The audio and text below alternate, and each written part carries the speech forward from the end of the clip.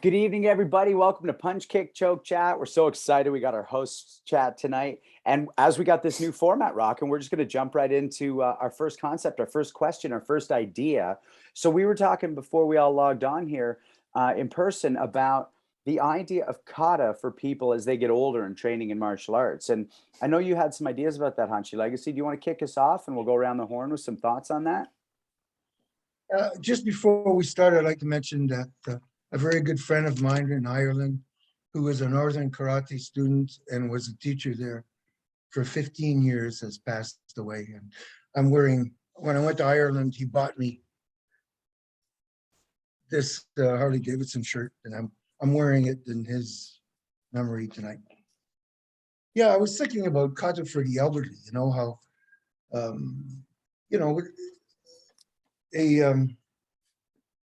they have a hard time with their muscles because they're not working as much, and blood circulation and mental awareness. Kata is that exact tool, you know.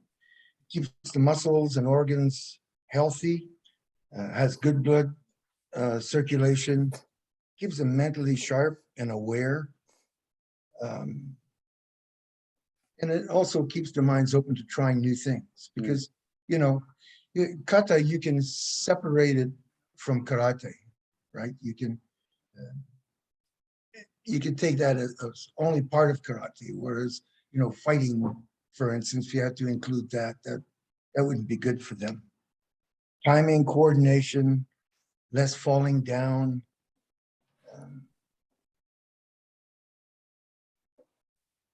And then also fumbling, like dropping things like they're made of glass or something that could be dangerous to them.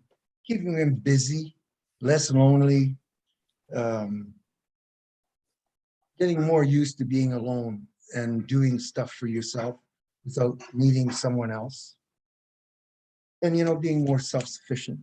So, if you have a club and you haven't tried this, I'm sure some clubs who may be in need of more students, or because you see a lot of older persons at exercise clubs and swimming clubs and different stuff. This could be a good alley for a person who needs more students for the business. And at the same time, helping the persons, who sort of went before us, and try to keep them healthy and aware that we care about them. How's that sound? Sounds absolutely brilliant. Sensei Suino, where do you go with that? And also, what do you think in terms of, as a judo practitioner or a lot of the kneeling in Iaido, where do you go with that? Well, I'm a big fan of it. I think that kata and karate, or waza, as we call them in Iaido, are terrific physical training and mental training, as Hanshi mentioned. In fact, I've got a gentleman who started in Iaido with me, I don't know, 3 months ago or so. And I would say he's probably in his early 70s. And he had a ton of physical limitations. He couldn't get down sit on his heels or stand back up, couldn't raise his right arm past, even up to horizontal. And two things have happened. By continuing to work on his kata, he's gotten stronger, he's gotten better balance, he's got better range of motion, but also he's had some, he wanted to solve his movement limitations. So I sent him to a friend of ours who we've had on this show, Skip Bunton, and Skip has already made a huge difference in terms of his range of motion and his strength. So this guy has got this whole new lease on life. He's bought himself another decade or 2 or even 3 of physical activity. He's jacked, man. He's really excited about it. So I'm a big fan of that, to extend your career in martial arts, to extend what do they say? Not so much necessarily the years of your life, but the life in your years, to extend that. Right. So yeah, 2 thumbs up, and Hanshi, thank you for that. I'm going to start pursuing that a little bit around here, see if I can generate some interest for JMac. Sensei Dauphin, where do you go with that? Well, I have as a teacher, I've experienced elderly people coming here, but Sensei Legacy will start nodding. When I was 18 years old and I wandered into his dojo, I also wandered in with a university professor who was 62 years old, and his name was Kenny Ibusuzaki. And I achieved my yellow belt, my green belt, my purple belt, my brown belt with him And by the time he got his brown belt, he was 66. And I'm happy to say that he achieved a 4th degree black belt, like a master's level in training before he moved on, sadly, before he passed on. And Setsu will tell you, even in his last days in the hospital, he still wanted to keep doing karate and he wanted to do kata. And I think the kata definitely helped him. I think I think it's the root of karate. So it's the best thing that you could be doing for yourself. But I guess to be a little bit contrary and to hear if people want to jump on this, I think if you have a good sensei and they're designing who you're doing your bunkai, who you're doing your randori, who you're doing your fighting with, that you can fight later on. And the reason why I say that is because I remember being in the YMCA and looking at Kenny Ibusuzaki. We were doing, like, we had 3 rings. And if you wanted to fight, you just went to whatever ring. So I started at the far side of the YMCA. I fought somebody. I moved to the middle ring, fought somebody. And when I came to the 3rd ring, Kenny was sitting there in a chair. And I looked at him and I said, "What the fuck, old man? Are you going to fight tonight or not?" And he goes, "Yeah, I'll fight you." And he must have been like in his early 80s or mid 80s when he said that. And he put his stuff on and got in the ring and fought me. I have pictures of it. So if people want to see it, Josh Hanley was there and he took some pictures of it. So I think if you're older, you need to be careful of who you fight with, because you don't want your bones broken or something that's going to happen that's going to stop you from fighting. But I think if you can fight and you have the right person to fight, you should keep fighting for as long as you possibly can. And it was only less than a year ago back there that I got my ass kicked by a 76-year-old. So, older people can fight too. But I do want to say that the one thing that I never thought about that Sensei Legacy said is, I do think that kata helps you learn how to do things for yourself. Like, and older people can definitely benefit from that, doing things for yourself and doing it alone by yourself. So I guess those are some of my mad rambling. Sean, what do you think? First off, I love what you said about the fighting. And yeah, I have a number of thoughts about this. Like the one thing you said, Hanshi, about the mental, that really jumped out at me. Because, I mean, I've got some 30-year-old students who, you know, at a yellow or green belt can sometimes struggle with, is it left or is it right? And the neurological schism that learning creates, I think it's so much of what keeps us growing and keeps us alive. And I love when I watch somebody's body not do what they want, and then they have to pause, and then they have to figure it out, and they have to imprint a new pattern. And you're watching them just expand their gray matter as well as their physical. And when I think about, you know, my dad and my mom, when they both retired, one of them said, "I'm going to stay mentally active. I'm going to write plays every day. I'm going to collaborate with 25-year-olds." And the other said, "I'm done. I don't want to work anymore." And, you know, one of theirs mind degraded pretty quickly, and the other person's today collaborating at age 93 with 20 somethings. But going to the physical on that, like my brother once 3 years ago bought himself a real nice mountain bike. I was like, "Wow, you don't normally spend that kind of money." And he goes, "Well, I look at Dad's last 20 years and they're kind of physically shit. Like, he doesn't do anything. So I better get the good stuff for physical stuff now." And I think about martial artists who don't have that attitude. Like, they die on the steps of the Shuri Castle. They don't quit physical stuff 20 years before they die. And so while my dad kept it up mentally, he didn't necessarily physically. And then the last thing I just want to say, you know, like, I'm currently rehabbing a knee right now. And what's really effective, and my therapist talks about, is you don't necessarily want to do the movement that hurts it, but you want to do the cousin of the movement that hurts it, so that you're stimulating everything around the injury while not re-injuring. And when I think about the types of movements that hurt, let's say, an older person like my dad when he's moving, kata could get to the cousin of it, where he's not injuring himself, but he's refiring all the stuff close to what would hurt. So I'd be real excited. I just immediately go to him. Anyways, I love this topic. Yeah, you know, I want to just jump in on something too, that when we're talking about, I wrote a question down here: who is the elderly? right? Like, who is the elderly? Like, we've all said kind of, we're not normal.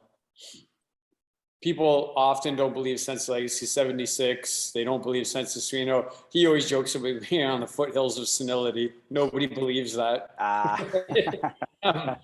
I regularly get told, you don't look like you're 51. Like, I get that all the time, people saying that to me. So I guess part of it would be, kata, I think, is a good bridge for somebody older to come in, and then they can decide, right? They can decide what they want to do rather than us telling them what they want to do. They can decide. They can learn their basics. They can learn their kata. And then I think we'll all be surprised at a 62-year-old who says, I want to do that fighting stuff. I want to give it a shot. Can you get the right person for me to do it? I want to do some randery. Can you get, and then there'll be some people who will just say, nope, that's not for me. I just want to do kata. I just want to move around. It's just mobility, but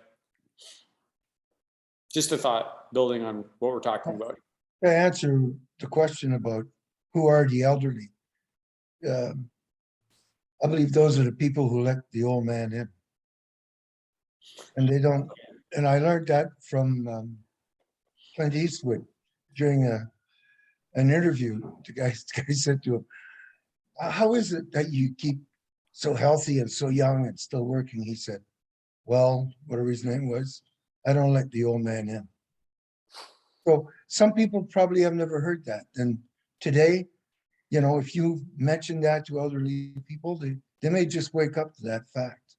It's not really their fault. You sort of get led into being an old person. You start to believe that you have to act old because you're older, you know.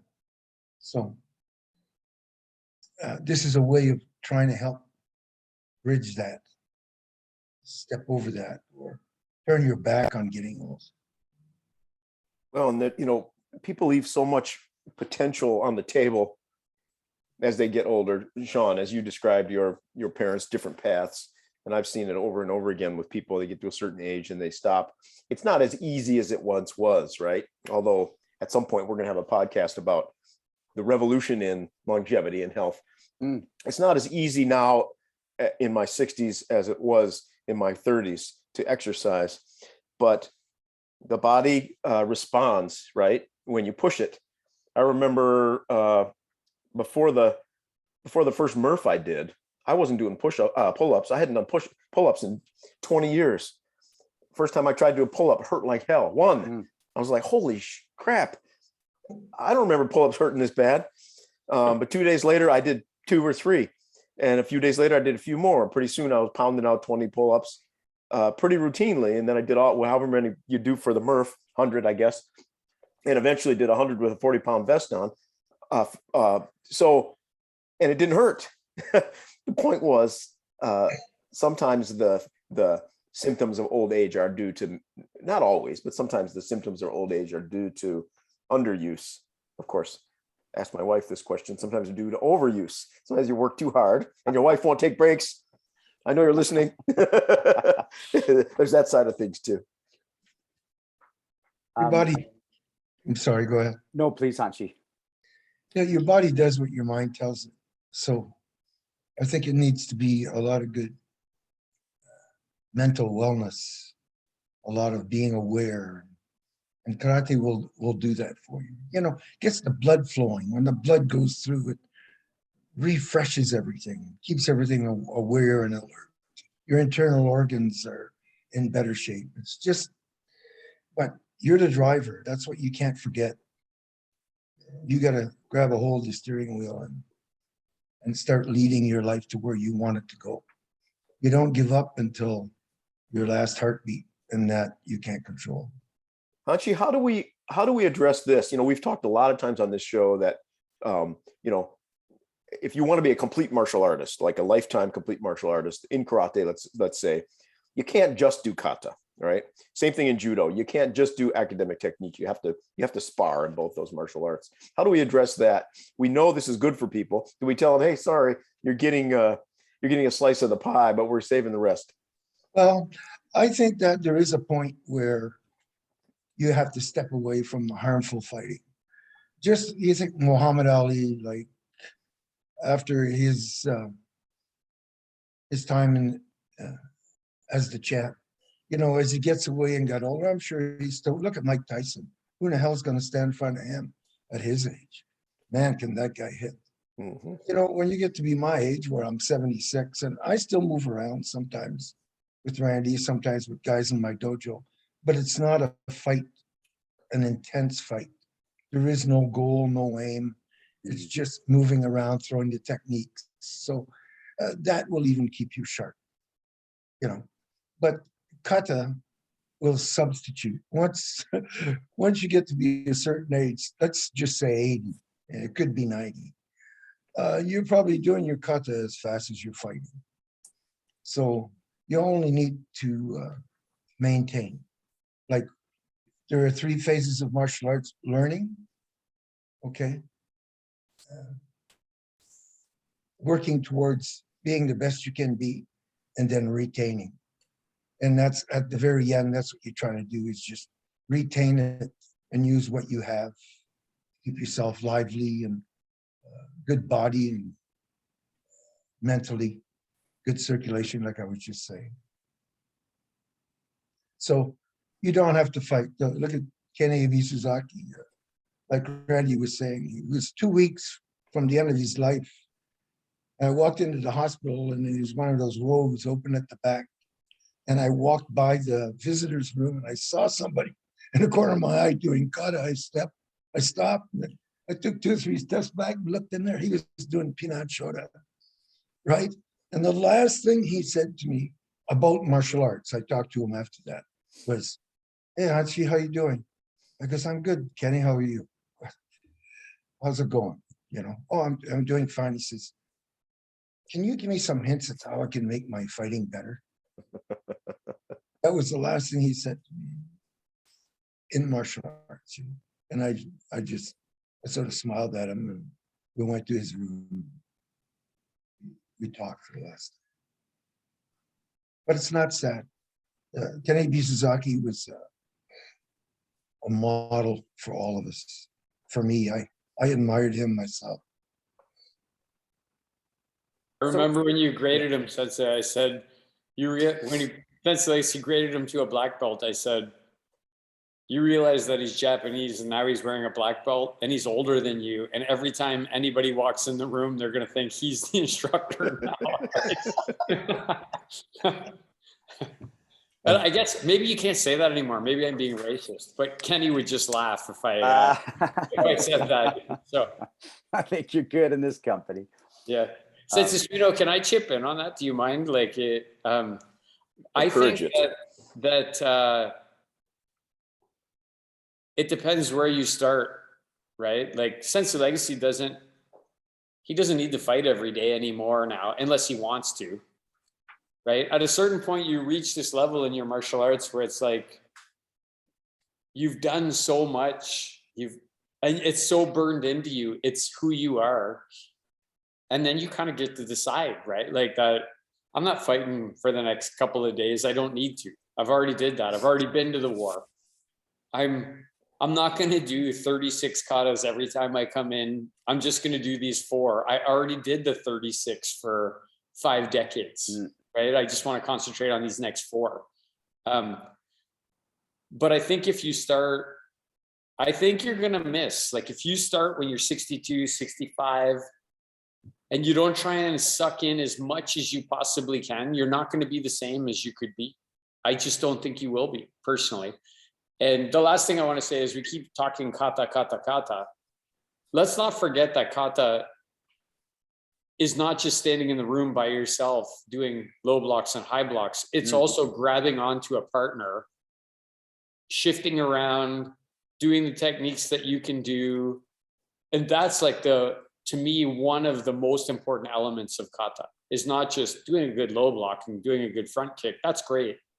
But I really do believe you have to have another human being standing there and applying that kata as much as you can. And I think if you're old or young, that's going to work for you. I can't imagine somebody in their 80s, if they joined today, that I couldn't teach them Pinyin Shodan and Pinyin Nidan, and also teach them how to move around with another person within the constraints of that kata, which would keep them safe and also help them to learn things about interacting with another human being. Yeah, I remember kata doesn't always have to be non-stationary. I remember in my early days when I first saw Wally Slokey, I used to sit down and think about fighting him. I used to watch him move and I put my head on his body and try to transfer those moves to myself. And in kata, I've killed a lot of people, but I never have physically killed anybody in a real fight. Allegedly. Yeah, that's That we As know far as of. you know. that's where you allow yourself. That's where you allow yourself to face that deadly situation where you have to become the winner, so that when it actually happens, you know what to do. If you don't think about that every once in a while, where you're fighting for your life. So when you're standing there facing somebody with a knife or a gun or more than one person, what are you going to do? You can't start thinking about it then. You have to realize you have to do the worst things you can. So kata is very, very important. But you carry kata onto the battlefield with you. And the other thing kata does for you is help you empty your mind, not to be scared, not to feel bad for the other guy when you have to hurt him badly.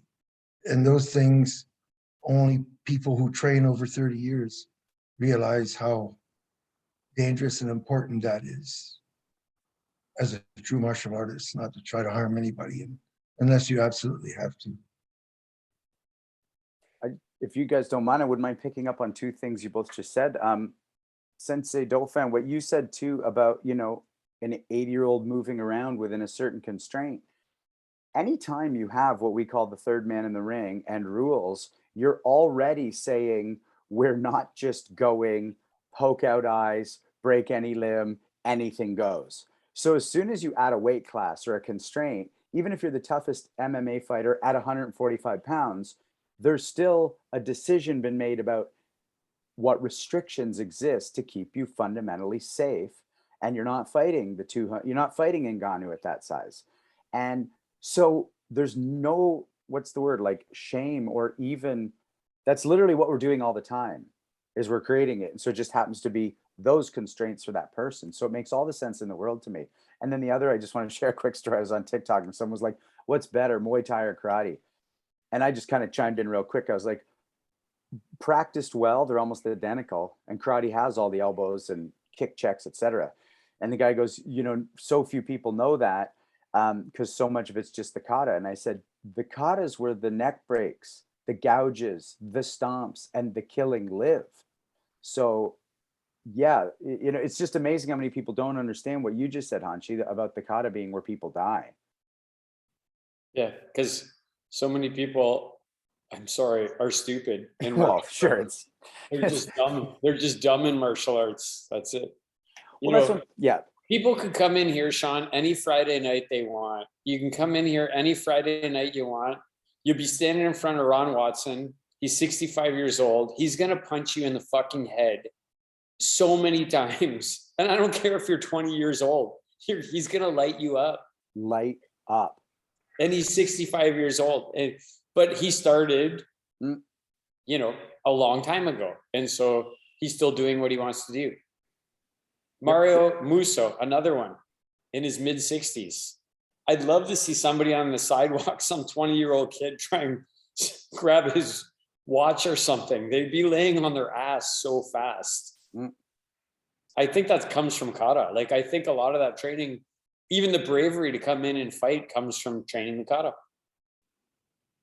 I've said it before on this podcast. I find it easier to go roll on the Monday Murder Club Jiu-Jitsu hour than to go to the park alone and do nothing but my best kata for an hour. Because the one takes a mental fortitude that actually the other doesn't, in my world.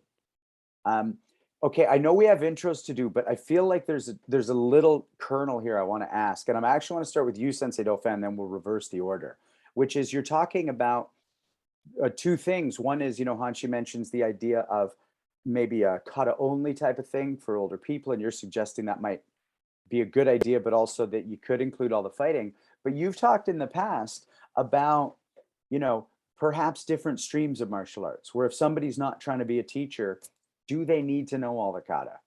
If somebody's not trying to go compete, do they need to learn Kabuto or any? And so I think I just want to ask a broad question, which is, how important, or for whom is it important to adhere start to finish through the system and all it includes? And then is there room to just go, yeah, but this person can still grade through it, or will they not grade? If you understand what I'm asking. Sensei Dauphin? So many thoughts ran through my mind when you're talking about that stuff, Ben. So again, I think it depends where you start and what your objectives are. And a lot of people, when they start in the beginning, they don't know what their objectives are yet. Right? They're not actually clear on that. Like, they probably came in because they want to learn how to fight, and they don't understand what the katas can do for them, or so I guess at a certain point, if you're not going to be a karate teacher, you don't need to know the entire system. If your objective is health, self-defense, I just want to come in, I want to be part of a community, I want to train. If you want to teach karate to people, I think you need to know that system, and you need to know it as well as you possibly can, because there's certain katas that I'm way better at because of my body structure, my mind, the way my body moves. And there's other katas that I'm just not as good at, and actually probably never will be as good because of the way I am. But I need to know those, because somebody who comes in who doesn't have my build, my attributes, they have different. The teacher needs to be able to teach that person so that they can get the most for themselves as they move forward. So that's why I think the teachers really need to understand all of the katas, be good at all of the katas, be able to apply all of the katas. But at a certain point for other people, there might be a point of diminishing return where you're actually, you're trying to learn too much and you're not going to be able to, and you're making yourself weaker at everything because you're right. But I do think, like, I'm really an adherent in Legacy Shredder. You got to learn 16 katas. You got to do them well to get your black belt. And if you want to be a fourth dan, you got to know 22 katas and you got to know them well. And then it's a simplistic answer, but get a black belt, 16 katas, know them well, execute them well. Fourth dan, 22 katas, know them well, execute them well. Thanks, Sensei Dauphin. Sensei Suino, and any room for, incomplete students, so to speak, and letting them thrive, or? Yeah, yes, that's a tough one, because my dream for everybody that comes into JMAC is to have them learn the entire system, become really, really good at it, share that. But that's not on for everybody. And people who are older are going to have some limitations. And I think if everybody comes in with their head up, that's fine. You say, okay, you're doing kata only, kata applications. You're not a fighting karate guy. And we can give you a rank in that, but there's going to be some demarcation showing that you're not a fighter, that you don't have the complete system. The flip side is someone comes in there in perfectly good health and they just don't happen to like kata, or they just don't happen to like fighting. Whole different thing, right? Mindset is really important. Like, right? Yep. I don't know where there's other dojo, you want to learn to roll around on the ground, go to a BJJ school. That's great. It's huge and powerful in its world, right? But if you want to fight, or in judo, you got to do stand up, you got to do groundwork, you got to do the uchikomi, you got to do the randori, you got to do the kata, you got to do the shiai. You got to do it all if you want to consider yourself a complete martial artist in that system. Right on. Hanshi, I know you had some ideas there too, and we're nodding along on a bit with the ideas. Well, most of the people covered everything, but I would just have to say that during the time of Matsumura, he invented the Pinan katas, for instance. There are 5. The black Pinan kata was probably a black belt level kata at that time. Not that it's not now. But modern man has evolved, and the mind is more demanding. And the other thing I have to say about that is that if we're only using a certain percentage of our minds, how are we going to get to use more? Is it maybe you need to start doing that, putting a lot more in there than you used to be able to put in, so that pushes the boundaries of your mind? I may be reaching a little bit here, but I think of that often. How are we going to get that other, what is it, 9/10 of your mind working for you? Mm. How do you kick that in? You have to get your body, mind, and spirit working together to its fullest to push yourself to the edge before you can break into something, do something else. I'm talking here not about the individual, but mankind. Mhm. So I don't know what else to say. Like Randy covered that very well. Right on. Hey, everybody watching, welcome to Punch, Kick, Choke Chat. I love our new format. I love our new format.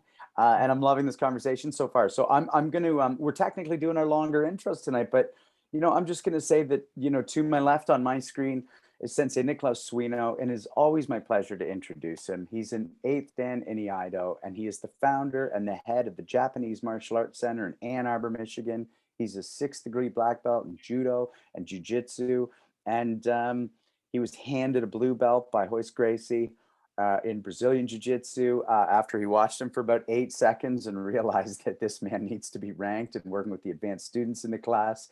And I'm honored to call him a friend. And I believe the first time I'll see you is July 30th, but that's not in stone. It's in stone that I'll see you July 30th. But I just can't wait, Sensei Suino. How you doing tonight? Doing great. Thank you so much. I want everybody to know this is the face of COVID. Not doing too bad. Not doing too bad. I attribute that to all the kata practice that I do. Keeps COVID at bay. Thanks for that intro, Sean. I can't wait to see you for July 30th, the Crucible 12-hour immersive training event. And the last segment is always about rolling. So maybe finally, we'll be able to cross paths as long as we're both in good health and everything else is. If you want, I will say yes. Well, we'll see how it goes. I'm looking forward to that. Falls to me each and every time we do these longer introductions, which is becoming more and more rare, but I treasure the opportunity to introduce Sensei Randy Dauphin, who is just down and to my left on this particular screen. 7th Dan in karate, Yondan in Iaido, physical fitness specimen, not a normal human being. And besides his incredible workouts and the fact that he has done so much for all of our organizations, for JMAC, for Legacy Shorin-ryu, for World Kobudo, Randy rocks it at another level. I'm proud to be a co-host with you, man, and it's great to see you. Thanks, Sensei. I'm excited to get down there as well. Everybody in here is rocking along, getting ready for the 20-year anniversary of JMAC, which is coming up. And is it 20? It's 20, right? It's 16. It's 16. Okay. Yes, well, sir. 16. Mm-hmm. So we're excited to come down and be part of that. Legacy Shorin-ryu has always been a part of JMAC, and JMAC's always been a part of Legacy Shorin-ryu, which is an awesome thing. And I want to introduce Sensei Legacy. Everybody knows he's a 10th degree black belt. If you don't know that, I'm fond of saying you should go throw yourself off a bridge or something, right? So Sensei Legacy's a 10th Dan. He's had like the most incredible instructors. There's 2 I've never met. I've never met Benny Allen, even though I named my son after him. I never met Harold Warden, but I did meet Richard Kim, and I consider Sensei Sandoval to be a close personal friend, as well as Sensei Legacy's instructor. But I've known him for a long time. So Sensei Legacy's pedigree is impeccable, and one of the things that my daughter kind of introduced me to is martial arts privilege. And I definitely am a benefit. I have martial arts privilege. So I'm super proud of that introduction, Sensei Suino, but the only reason why I can elevate is because you and Sensei Legacy have elevated me, right? And it's funny when people who don't know me say, oh yeah, who says you're a 7th-degree black belt and Shorin? And I say, oh, like my teacher. Oh, who's your teacher? Gary Legacy. And they're like, okay, this guy's a 7th-degree black belt in Shorin. There's no more questions. And when people say, oh, who says you're a 4th-degree black belt in Iaido? Who's your teacher? And I say, oh, it's Nicholas Suino. They go, this guy's a 4th-degree black belt in Iaido. So I'm super blessed to have the instructors that I have and be on the path. Because of Sensei Suino and Sensei Legacy, the doors always get kicked open for me. And I have martial arts privilege. The doors just get kicked open. So that's my introduction for Sensei Legacy and a little bit for Sensei Suino. And Benson often doesn't get introduced, but I just want to say the guy's a badass martial artist. Like, you know, as articulate as he is and how good he is at like helping us to run this show. And every time any one of us drops the ball, he picks it up. I also just want to say 5th-degree black belt in Shorin-ryu, trained extensively in Iaido with Sensei Suino and myself. And has really, I'm super proud of him for how hard he's been doing BJJ. Like he really works hard at that. He's really passionate about it. And I think it's awesome. And he's a guy who's making martial arts better. And I just want to say that about Sean Benson. Sensei Legacy often says, go out and make karate better. Sean Benson, Sensei Benson is a person who's making karate better and making martial arts better. And so just want to throw that out for the intros tonight. Benson Legacy, you don't ever get to introduce anybody. What do you want to say anything about Benson or Sensei? I do. I've always considered him to be a good martial artist. He's a great fighter. I mean, we once fought at 1 or 3 o'clock in the morning in LA together. There's a picture of us somewhere all dirty and sweaty. He's an excellent fighter. And the other thing I've often just told him privately, I just walk up to him and just say, you're a good teacher, Sean. There's not one student that you've brought in for a recommendation that I didn't consider to be very good. And they all move like him. That you can tell your students, right? Or the person's students. And all around, general, great martial artist. Or he wouldn't be a 5th dan in my dojo. Thank you, Hanchi. Thanks, Sensei. Hey, Sensei Legacy, what do you want to say about Sensei Suino? I bet you have some stuff to pontificate about him too. Okay, 20 bucks is on the way to you in the mail right now. Venmo. I was in one of those seminars somewhere. I don't know if it was Boston or New Hampshire, somewhere out there. And I was looking, I just was a student looking to learn different stuff. And the first place I went to was Iaido, where his sensei and himself were there. And I sat there and watched, and he caught my eye right away. Good, strong, classical martial artist. His movements were awesome. And we were supposed to move. And I asked the guy who was running it, I said, I can't leave this ring. I want to stay here. So he granted me my wish. I stayed there all day. I couldn't leave. And before he left, I believe it was there, I made contact and asked him if he would take me on and teach me some Iai. And he did, and I was so happy that he is now part of our dojo. His Iaido is in our dojo. And this is the guy who went to Japan and beat them in their sacred art in Japan. They could have cheated, but I don't think they could. You know what I mean? He was too good. You can't. They were probably choked up a little bit. And I've been choked up by him a lot of different times. I remember Sensei Legacy when you came back from that meeting, because I remember we were in a Tim Hortons and you said to me, we're going to start doing Iaido. And you said, I didn't pick the highest ranking guy. I picked the best guy. I remember you saying that. I didn't pick the highest ranking guy. I picked the best one. Yeah. You know, memories from that seminar are still among my favorites. I was still living in Japan at the time, and I came over to help support the instructors. And so, if I remember correctly, the timing, and so I was helping to support Yamaguchi Sensei. But the IMOF, the Kokusai Budo board of directors was there, and I've told this story before, but it's just like a classic samurai movie. If you look at a Toshiro Mifune movie, he comes out as this samurai, and he's so intense, and he has just so much charisma, and all the village people are running around panicking about everything. And it was just so cool because Hanshi Legacy was there, and he, simply came to train, and he had a request that he wanted to become part of IMOF. And all the other martial artists there's some very high-ranking black belts, were like the chickens. They were like the little people in the Toshiro Mifune movies. They were running around panicking because Hanshi Legacy wanted to get into IMOF. And it's just like, holy crap, you guys! You're all a bunch of, you can't say this anymore. You're like a bunch of little old women. You just need to relax. If he's in, he's in. If he's out, he's out. But stop panicking. And it was a cool thing to see at the time. How big a shadow you cast on that seminar, Hanshi. I wasn't even aware of it. Right. So listen, before we move on, Sensei Copeland's chiming in here, and he said two things.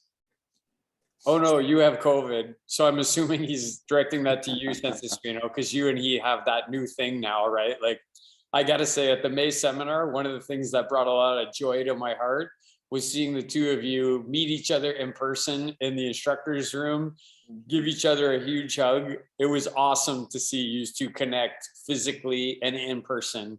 And he also said, awesome to acknowledge Benson. Those are the two comments so far that Sensei Copeland made. Thanks, Sensei.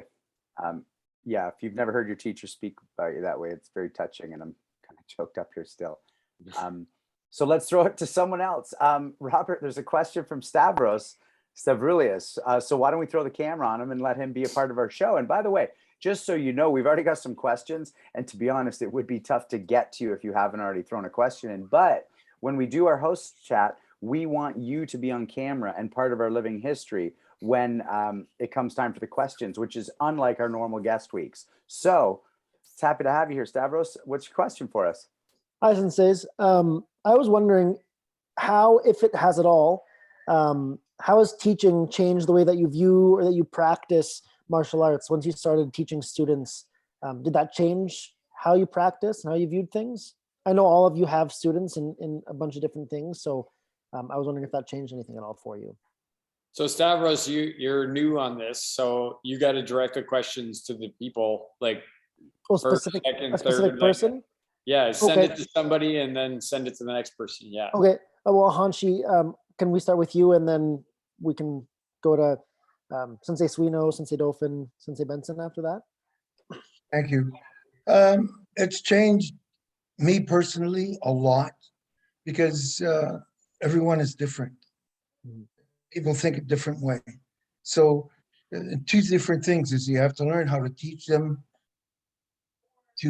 so that they can apply karate for themselves in a better way.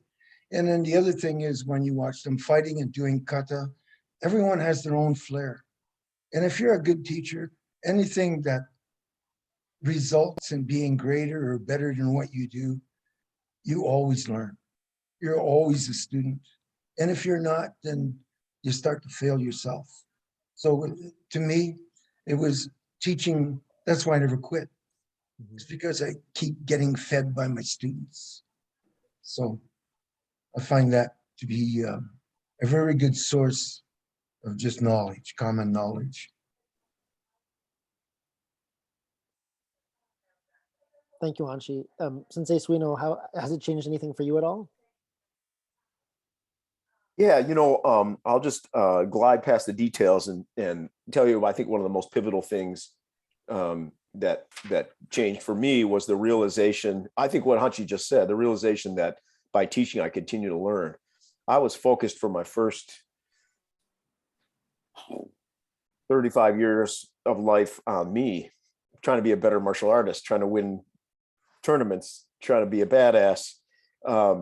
And I started a dojo when I came back to the US, not because I wanted to teach at that time, but because I couldn't find a dojo that I wanted to train at. So I figured I had to build one. And so I guess I came to teaching, not reluctantly, but I didn't understand the value of it. And it's changed me 100% completely. I'm much more understanding of others, much more selfless. I don't mean to be, I'm not bragging. I've learned to love my students and want to help them learn. And I realize how important that is, not only for their development, which is key, but also, as it turns out, for my development as well. Yeah, awesome. Thank you, Sensei. Sensei Dauphin, how has it changed anything, if anything, for you? Oh, a lot, Stavros. So one, I got to say, nice shirt. Thanks. Yeah, nice shirt. And then I also, if people are wondering, who's this Stavros guy who's jumping on here? Stavros is going to be grading for his yellow belt on Saturday. He's going in and grading for his yellow belt. And Stavros, what time did you get up this morning? 5:50. 5:50. When was your first class? 6:30 a.m. Yeah. When was your last class? 6:30 p.m. Right. So I'm really proud of a guy like this who martial arts is just getting into him. You know, he's an example of a person that you got to slow down so that they don't burn themselves out. You got to be like, okay, maybe tonight you should take a night off, right? Because he's here all the time, and I'm super happy that you jump on tonight, Stavros. Thank you, Sensei. Yeah. So how has it changed? It's changed everything. I think the reason why martial arts teachers are better is because you're trying to set an example for the students. You want to, every front kick you throw, you want people to look at you and do it. So you're always like super focused on it. And then unbeknownst to you, everything for you gets better because somebody else is kind of like, you're pulling them and they're pushing you, right? Or vice versa. Another thing I guess people like you, Stavros, come and they ask questions, and you got to stand there sometimes and go, I can't answer this question. I just got to say, I don't know the answer to your question. I got to go figure that out. Right. So like new people come in, they ask you questions and they push you and challenge you in a way that you don't have the answers, but you know you're responsible to get that answer, and you got to go out and you got to get that answer.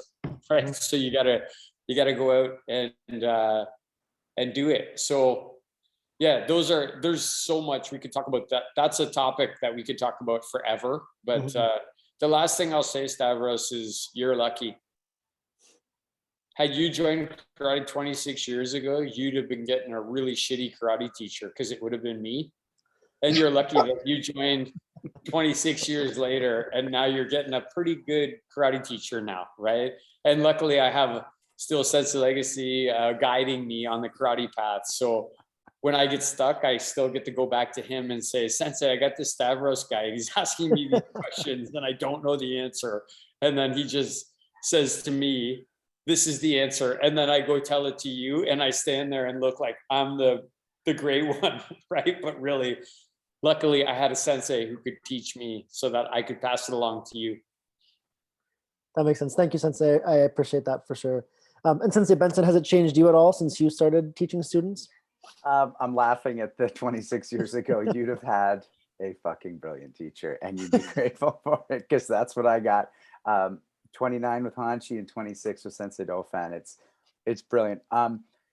It's changed everything, stuff. Like, I mean everything. The biggest thing is it made me a better student, because when I first started teaching, I was just trying to basically do the order of things I'd been taught. And, you know, I was a black belt at this time and all that. But when I started to go to class, I was paying more attention, because I'm going to class and I'm going to have to teach. And so sometimes I'd just go train with Sensei Dauphin and then go teach my students what he taught me. And it's a beautiful thing. And he just touched on this. It brought me closer to Sensei Dauphin, because to call him on a Tuesday at 11 a.m. and go, hey, I got this student who's having trouble with this thing. I don't know what to do with it. It's a really beautiful thing, because there's real limits to what I know. And Hanshi always says, you know, all of us are better than one of us. And so it brought me close to my teacher. Another thing I talk about a lot is responsibility. Like, if my martial arts sucks, that's on me. But if my students' martial arts sucks, that's on me in a way that I'm not okay with.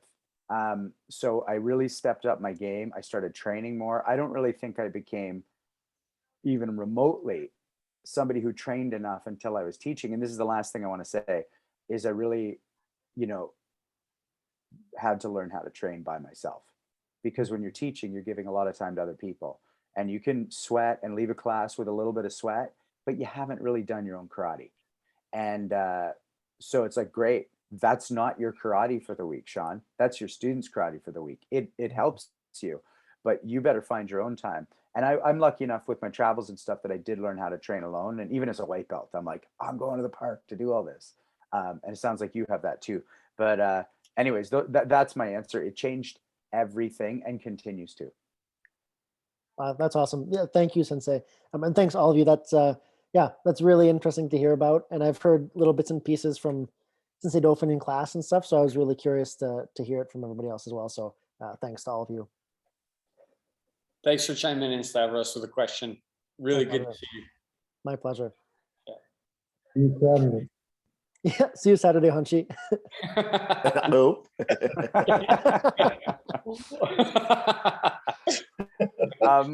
We got another question, and then maybe we go to our news segment. Yeah, should we do? Does that sound right for y'all? Whatever. Okay, great. So Robert, why don't you throw the camera on Justin for his question?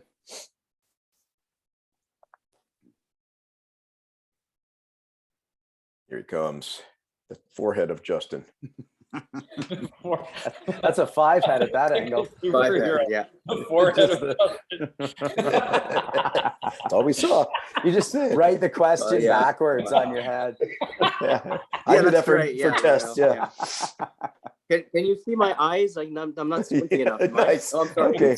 We shouldn't Hey. be telling those jokes, right? We opened You the can tell door, him. but you walked through it really fast. You're on your own, my friend. Okay. Good evening, senseis.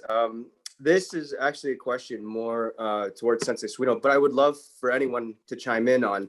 And the question is, Sensei, is there a possibility of delving deeper into the concept of pure faith in terms of the sense of a system versus asking questions? Because first of all, I know your style of Iaido loosely translates to pure faith, direct transmission.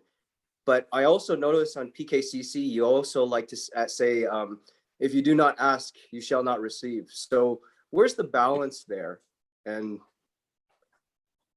Yeah, well, I depart a little bit from mainstream thinking on this. The All Japan Iaido Federation has many maxims, right, which I had to learn in Japanese and reproduce on tests for rank. And one of them is that there are 3 stages in karate. The first stage is when you learn it. The second stage is when you master it. Iaido, excuse me. First stage is when you learn it. Second stage is when you master it. Third stage is when you change it. And they say there is no stage 3 in Musoji then Isshinryu Iaido. I depart from them a little bit on that. But I think I depart from them in a way that everybody on this call has talked about before, which is that we never give up our classical roots. So after I returned to this country and had been training 10 or 12 years, I decided to give myself a year or two to really explore and try to decide which of the moves, which dogma in Iaido was truly represented truth, the best way to do things, the strongest way, the best principles. And I dug deep, and I spent about a year and a half doing that. And 15% of the stuff that the mainstream Iaido folks over in Japan espouse, I don't agree with. So, but you know, I can say that over here from the safety of North America. If I were competing in an All Japan Iaido Federation tournament, I'd have to adhere exactly to their checkpoints and their philosophies. But I'm not. I believe it's a lifetime path. And I actually think everybody on this call has probably struggled with that from time to time. Like, who are you? Where are you going? And what does that mean for your martial art? So we should probably hear from them on this topic. Can I jump in on that? license. Yeah. So pure faith, I will say, because I've thought about the name of Muso Jigiden Isshinryu Iaido a lot, and it's really affected my thinking. There's never a time that I didn't have faith in karate, like in what it is and what it can do for me and what I needed to do. I've always had that pure faith. I've had that. And I'll tell you, if somebody wants to charge in here tonight, I have the same faith in Iaido. If I can get to those bulkheads behind me on the wall, they're going to have a couple knots on their head before they get out of here. I have pure faith that my Iaido and my karate are going to serve me well when I need it to. And on the side of direct transmission, that's the stuff I think that the teacher didn't teach you, that you just kind of picked up from being in the room with them all the time, in the car with them, talking to them. There's been lots of times when I've done a kata and people have said, "Oh my God, you look just like Sensei Legacy." And I was like, well, I wasn't trying to, right? Like, that's not, like, it just happened that way. And same with, you know, I've heard Sensei Legacy say to me, "Oh, your cut looked very similar to Sensei Suino's." Well, I wasn't trying to do it that way. It's just from being in the room and doing it. So those are a couple of thoughts I have, Justin, from the question. Sorry, Sensei Legacy, I know you want to chime in on that too. So Yeah, the faith, I believe, is something that's going to give you more assuredness. Now, direct transmission, I mean, it's a 5-foot razor, you know. So suppose there are 2 of you with 5-foot razors. I think the faith in your training, which is important, and your style is what's going to get you everywhere. So I stand to be corrected, but that's what I get from sort of being a semi-outsider. That when I watch Sensei Suino do kata and cuts, he looks so sure. And he had that, for those few seconds it takes to deliver that stroke, he becomes the idol. And you can't beat that. That's that purity. And that's why you need to do classical arts, not some, I see some guys in tournaments, they take a sword and they're just flipping it around and all that stuff. Those guys ever had to face somebody, they would soil their clothes, I'm sure. So it's that direct and that faith, I believe, that I saw Sensei Suino's ability. That to me, because I never knew a damn thing about it. So it had to be something about that's transmitted into the human being. And that's just a guess. I would have to throw that to you to say that I'm good, or that you're thinking along the same lines. Because I'm nowhere near as involved in Sensei Suino. you say that, Sensei Legacy, but we always talk about that you definitely got your Shodan from Sensei Suino. So if I can say I got a Yondan, who graded you? You can say the same thing about your Shodan, that's just not an easy rank to achieve. Getting a black belt in anything from a classical teacher is not a gimme. You got your black belt from Sensei Suino. So I don't think you're an outsider at all. The other thing I would say is, outside of Sensei Suino and maybe Dan Holland, I've only trained Iaido with you. I've trained with you more than anybody else over my lifetime in Iaido. Period. So you have good thoughts on Iaido. Well, I really like, Hachi, what you said about, even if you didn't know the art, you were able to see something in it. And that always brings me back to the value of the classical martial arts. There's that dignity or gravity about people.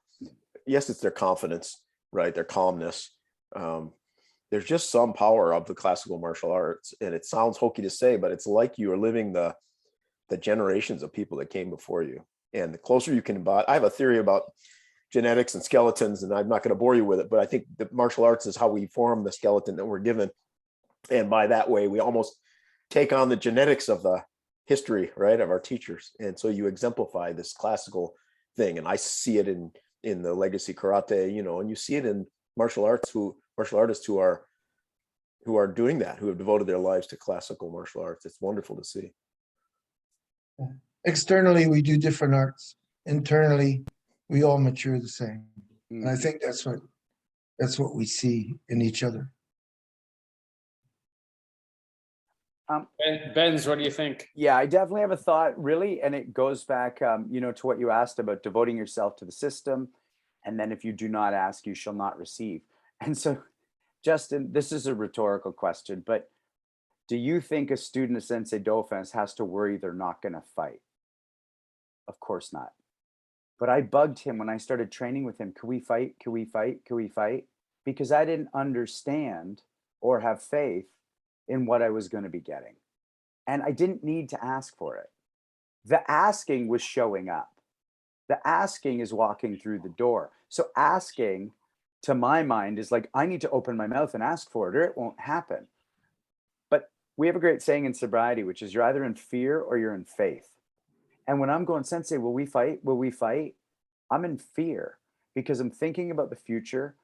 Or the other version of fear is when I'm regretting something in the past and I'm afraid it'll catch up on me. But faith is the now. The now is I'm in front of my teacher in the 90s in a park in Cambridge. He will teach me, period. And if I can live in that faith, I can give myself over to the system. The only caveat, there's a guy online on YouTube who did Aikido for like 12 years, and then he wanted to free spar, and he found his Aikido didn't serve him very well for the type of free sparring he wanted to do. So he went, okay, I'm really glad I did Aikido, but it's not the art I want to devote myself to anymore for what I now want to become. So, but he went 12 years and got real good at Aikido. He didn't just do 8 days of it, watch a YouTube video and change path every week. So anyways, I think it really goes back to what asking looks like. To my young mind, asking meant verbal and try and get what I need.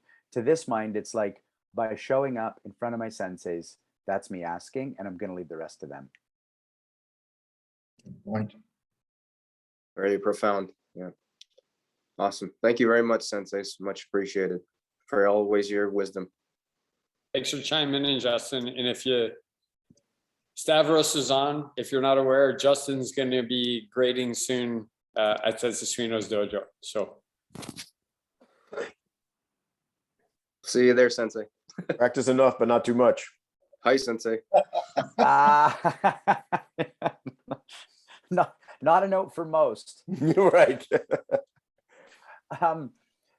So Robbie, it's time for our new segment. Everybody, we're trying a new idea here, which is that, at the end of our shows, we name some people who run the show behind the scenes. And tonight it's Robert Schlumsky. And so we're going to ask him to put his camera on himself. And it's a little bit of, let's meet the staff, I guess we could call them, the team, and give them a chance to chat a little. So you get to know them, because they're not just technically excellent. They're martial artists who are training their ass off in our dojos. So Sensei Dauphin, do you want to say a little something about Robert and then throw something his way that we can riff on? I will, as soon as he turns his camera on. We can see him over here. Me Oh, too. say something, Robert, so that you'll appear on my screen. Hey, Sensei, can you hear this? Oh yeah, I can hear you now. Now you're on my screen. So I just want to look at your handsome face. Yeah. If you don't know Robert Schlumsky, he's definitely, sorry, Benz, he's not the staff here. He's one of the creators of Punch Kick Choke Chat. Definitely all the people you see on the screen right now are the people who are making this happen. And I love this guy. Came wandering in when he was 5 years old with his dad, and his dad lied to me, said that he was 6, going to be 7, and he was actually 5, going to be 6. And it all worked out. It all worked out great because, 26, 27 years later, I'm still training with him. He's now running classes back here. He's he's running the beginners classes. He's married.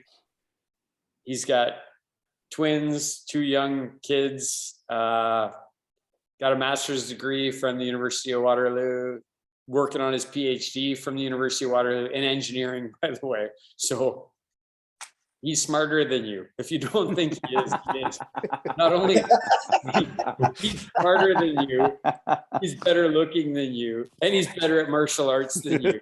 And you can't do what he can do. So that's what I want to say about Robbie. And I'd love to hear what any of the other people want to say about him. Yeah. Probably the only guy who's gonna been in martial arts 30 years before he reaches the age 30.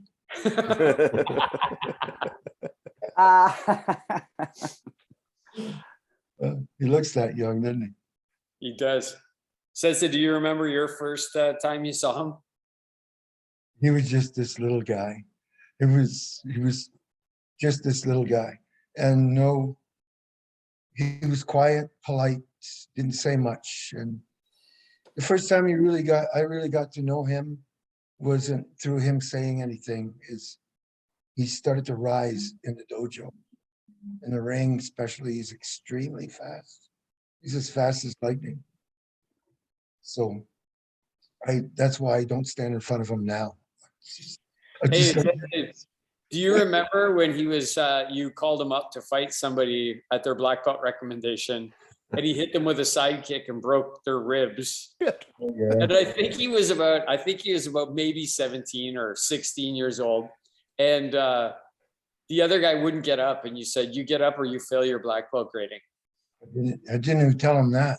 I just said, get up and get in there. And he wouldn't go. Yeah. He wouldn't go and stand up. He just walked over and stood in the ring, I would have given him his black belt. Right. That's overcoming fear. It's okay to have fear, but you got to man up sometimes. Yeah.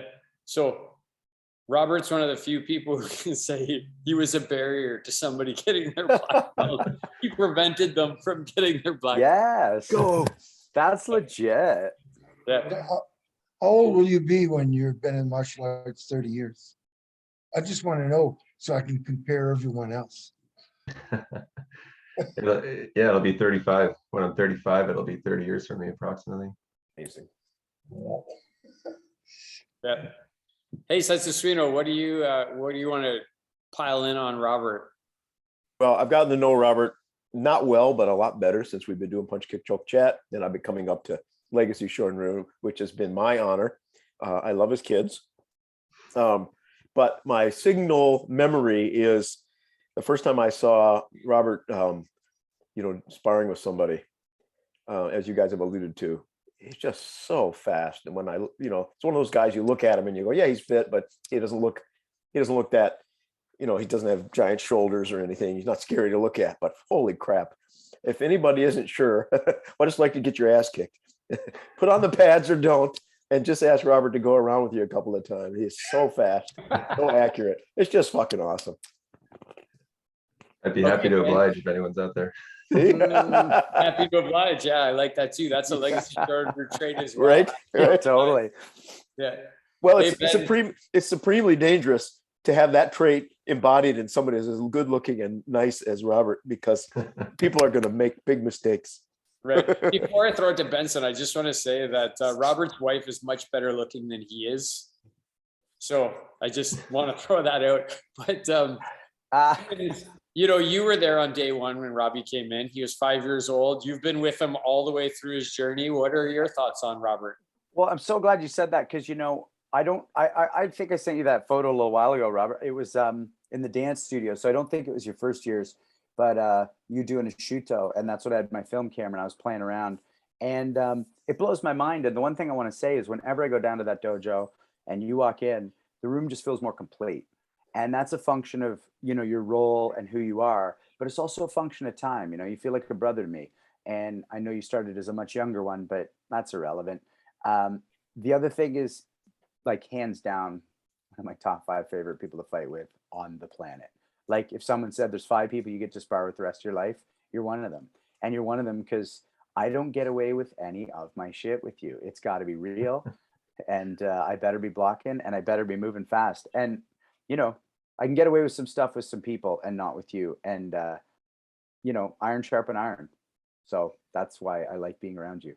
And also this show, I do apologize. I didn't mean to diminish your role, but doing this with you is a journey that I'm so fucking grateful for. Because again, when you're on the call, when you're running the system, it's like the dojo. It feels more complete, and I know it's going to work.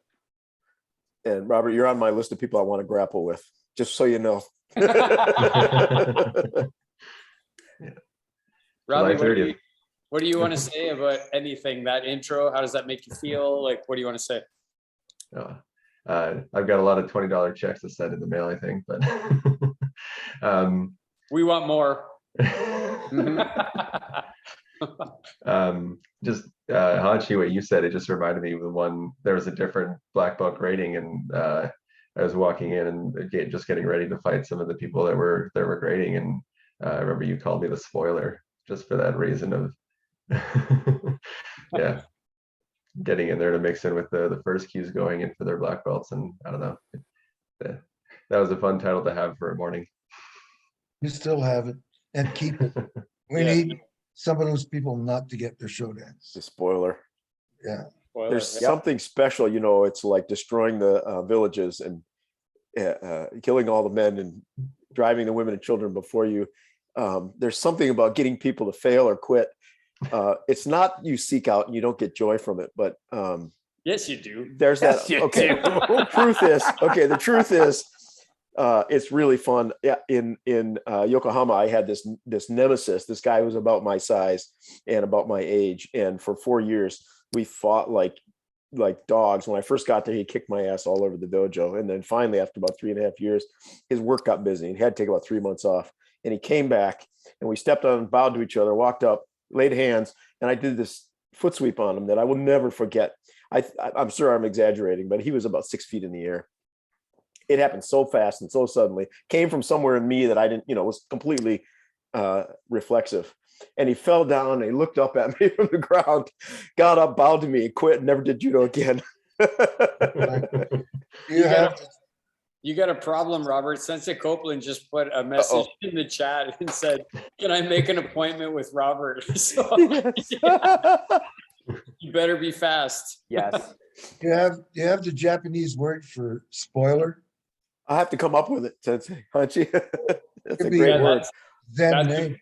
Yeah, it's a good name. That'd be a good That Zen is a name for good one. sure. Yeah, That's a good call sign for Top Gun, right? Spoiler. Oh, yeah. I'll get it for you. Sensei Thank Suino, actually, that's a great question. Like, is there in those, more overtly classical, Kodokan places, like, is there usually the guy or the guys like who are called upon to rough up the gaijin or rough up the guy who's thinking they're tough, or the visitor? Maybe in some dojos. I was lucky, at least in judo, to always train in dojos where people were extremely positive, with just a couple of exceptions. I would say you didn't need any spoilers in the Yokohama judo dojo because it was a bunch of bad motherfuckers. We had college judo teams and prison guard judo teams, and like just diabolically hard fighting guys come there. Many of the Olympic and world game competitors passed through that dojo. You didn't need a spoiler. Everybody was a spoiler. Right. Like if you stayed, you were, you made the cut. But my mentor over there, Tabata Sensei, who's like Yoda now, coolest dude on the planet. Met him. And you met him. Yeah.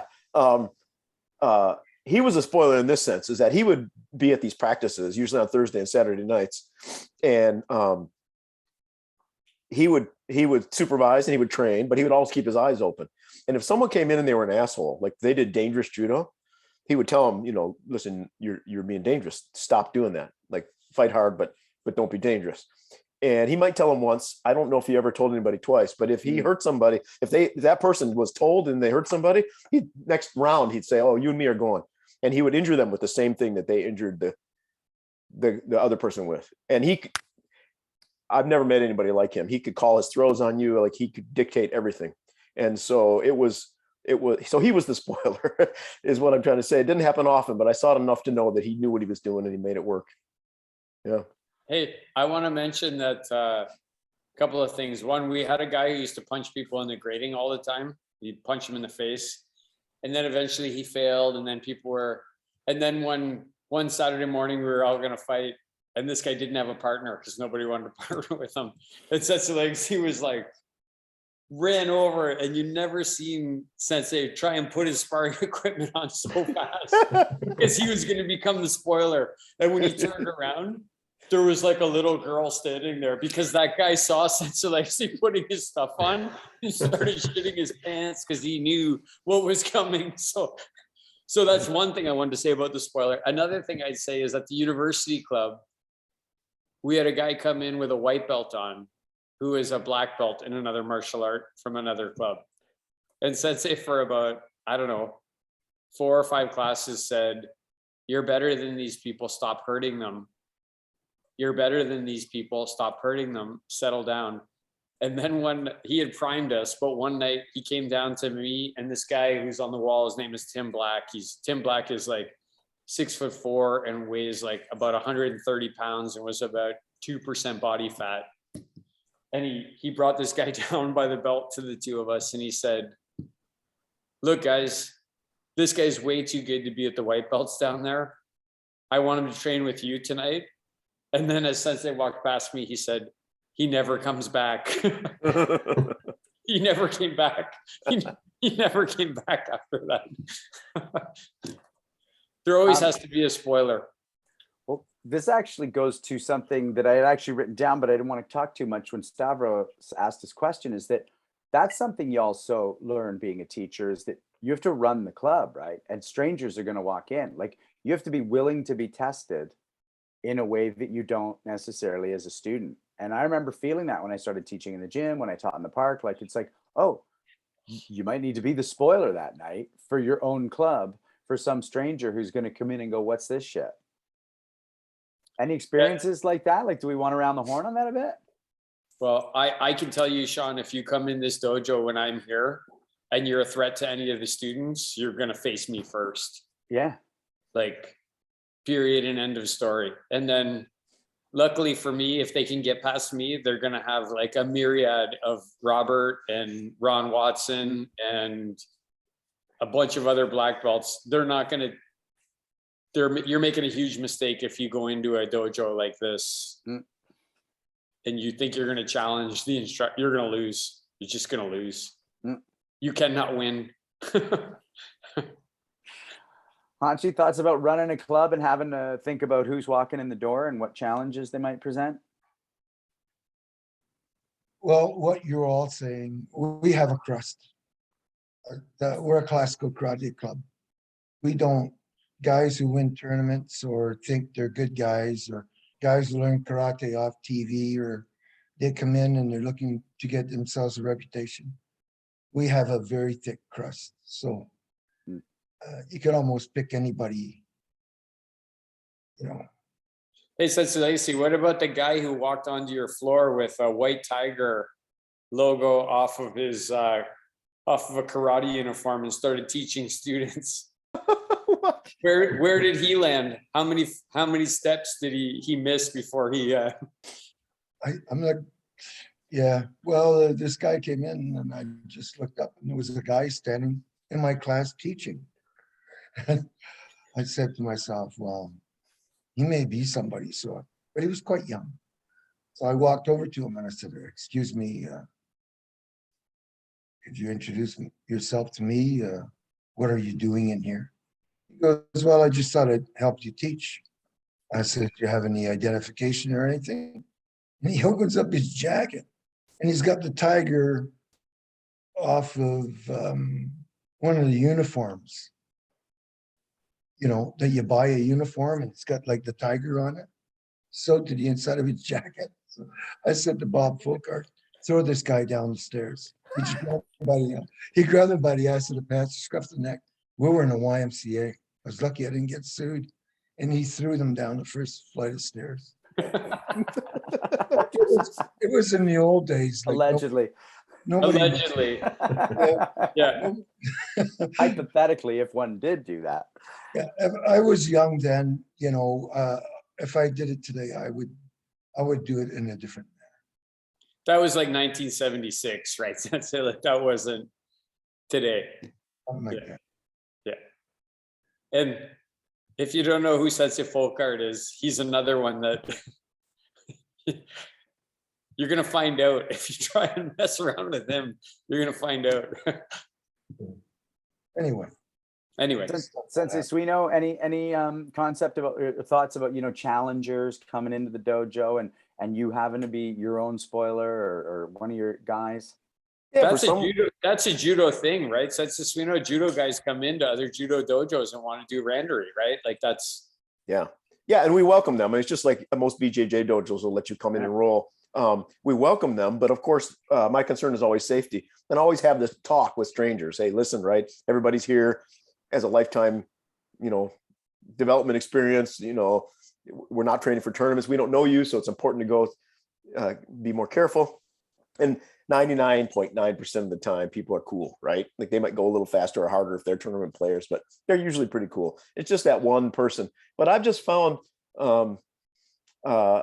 somehow this magic that most of the time that one person ends up almost demeaning themselves, right? Like it's what gave rise to Suino Sensei's inverse law of trash talking proportionality, right? The more trash they talk, the bigger their shoulders when they walk in, the more often something happens. And the story I've told about that is when I was running Itama, I was leaving the dojo on a Friday night, and this guy came in and he said, "Oh, I'm on the Russian judo Olympic team. I'm an alternate. I'm blah, blah, blah. Your guys ought to be real careful with me. They're going to get hurt, blah, blah, blah." And the only guy in the dojo was this guy, Brad Messenger, who's a very, very good judo player now. But at the time he was, 150 pounds, 19 years old or something. And I'm like, "Brad, I'm so sorry. I got to go.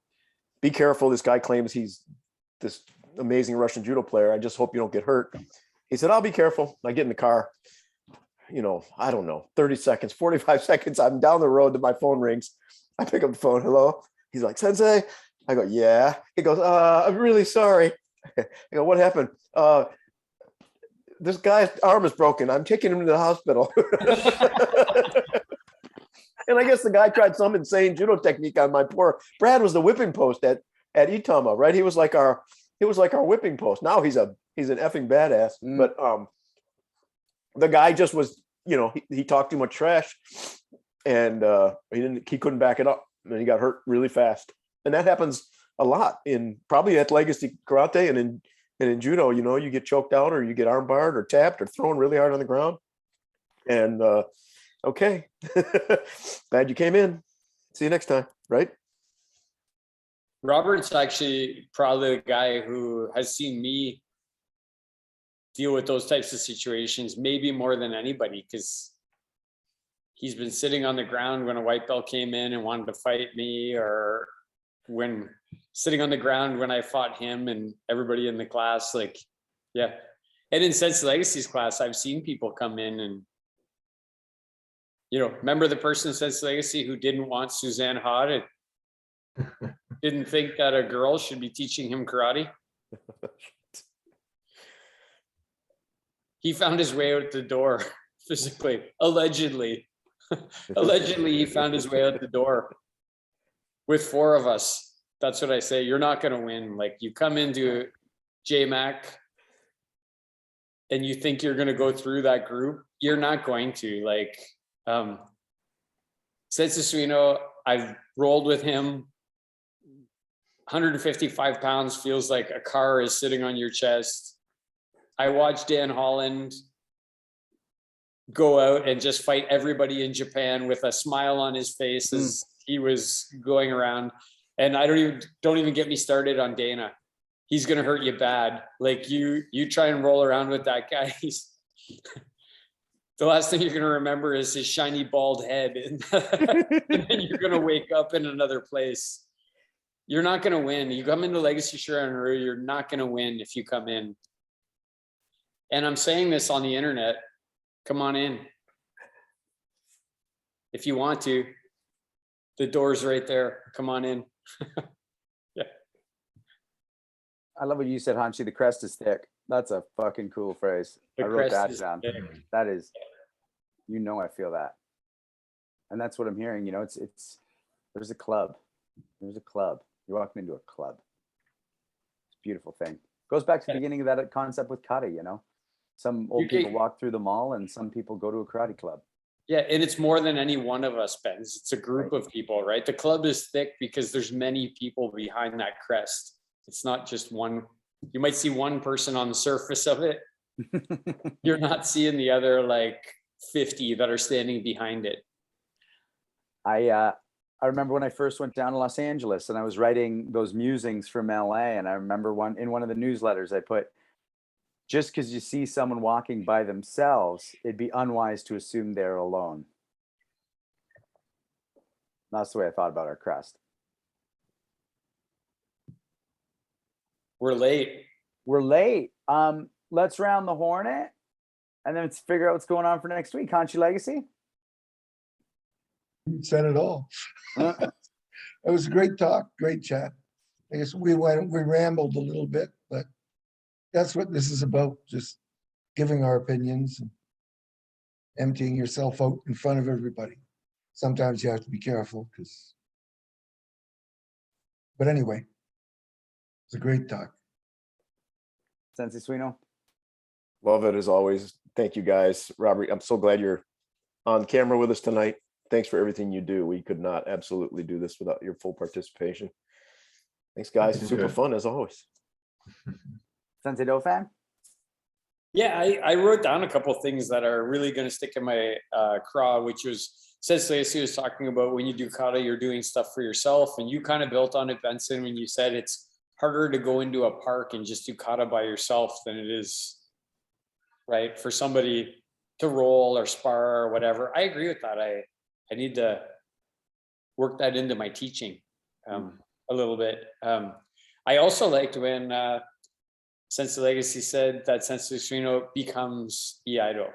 When he watches him, he becomes Iaido, right? And that's, you know, if Sensei Suino comes to your house and sits on your sofa, Iaido just came to your house. If you have dinner with Sensei Legacy somewhere, you just had dinner with karate, right? So these are some pretty cool things, right, that people should muse about. That's what I muse about.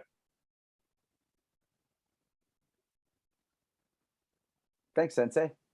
Are you frozen or are you just smiling? Because you've got this I'm not lovely frozen, I peaceful, don't you got this peaceful look on your face like a Buddha. And I'm like, is he looking at me or is he? This is nice. I normally Robert, don't have a peaceful look, right? Like that's not my normal look. sometimes it's not your look. Robert, let me throw it to you just to wrap up with any thoughts you have, and then I'll wind up and then throw it to Sensei for next week's ideas of our show. Yeah, well, thanks so much for having me on for the ending segment here, and I really appreciated everything that was said, and just love all of you and love doing the show with all of you. I have a lot to go back and think about. One thing that comes to mind is just in this last part of the chat is thinking about one of our black belts that came in from another club years ago, and he said that to Sensei Dauphin, he said, well, the thing I like about your club is that you drive all the assholes out, and that's something that is coming out with this chat. I think whether it's, you know, tapping specific people to make sure the situation's dealt with, or just the way it evolves naturally in the club, I think good classical dojos just have a way of taking care of those types of things, and that art just takes care of it. So anyway, that's my parting thought, I think, for this show. Thank you. Thanks, Robert. Glad you're with us. Yeah, Sensei Dauphin once said something to me, which I've never forgotten, and I adhere to. You teach them right, and they get it or they leave. You know, there's no adjusting for them. They get it or they leave, and I love that. And anyways, I'm just going to say the thanks right now to Robert, and then to Mike Russell, Victoria Pfaff, Justin Shea, Alden Adair, and Andrei Sedishev for helping run the show. I can't get enough of these host chat senseis and Robert. Like, I really can't. I love the opportunity to share my thoughts, but I really, by sharing my thoughts and then hearing your responses, my thoughts either change or go deeper. So it's less about being heard and it's more about having you expand on where I'm thinking about things. So it just feels like a karate lesson all over again. And you know, I love when we have our guests, but dare I say I love this 1% more because this is the origin of it. And this is the future of my martial arts, whether anyone else is ever a guest on this show or not. So I'm just so grateful. Sensei Dauphin, tell us what's going on and maybe send us off for the night. Yeah, the next two I'm really excited about. So we have Sensei Phil McCall coming on, and we're actually changing the schedule. So we're going to do that on the 10th for him, which is a Friday. Yeah, Sensei McCall has been, he's a very senior practitioner in Goju Karate in Canada. He's been training for a really long time. I was really proud when I called him, and he said, I remember you, Randy, when you were in university and you came to compete at McMaster. He's been running the McMaster Karate Club for like 5 decades. So super excited to be chatting with him. And then if you were at the May training camp, Sensei Hogarth came in and we gave him a call. He's also super excited to be able to come on and chat with us. And we're going to be chatting with him at the end of June. And spoiler alert, we're going to be chatting with him on his 70th birthday. He's going to be on Punch Kick Choke Chat for his 70th birthday. So it'd be really, I'll just tell the kind of, at the May training camp, Sensei Guest was there and a bunch of the senior instructors, we got together, and Sean Benson was taking a photo and he said, okay, listen, if you can't see the camera, I can't see you, and get yourself into a gap. And I said, Sensei Hogarth was behind me, and I said, not that gap, Sensei Hogarth. And everybody just kind of burst out laughing. And he was really great about laughing about it and said, this is a great brotherhood. So we're really excited to be chatting with those two people, pioneers in Canadian martial arts and in martial arts. So it'll be really fun to chat with them. Thanks, Sensei. Everybody, we're so glad you're here with us, and we'll see you for those chats and so much more. Good night, everybody. Rock Good and night, roll. See everybody. you, That was so much fun. All right.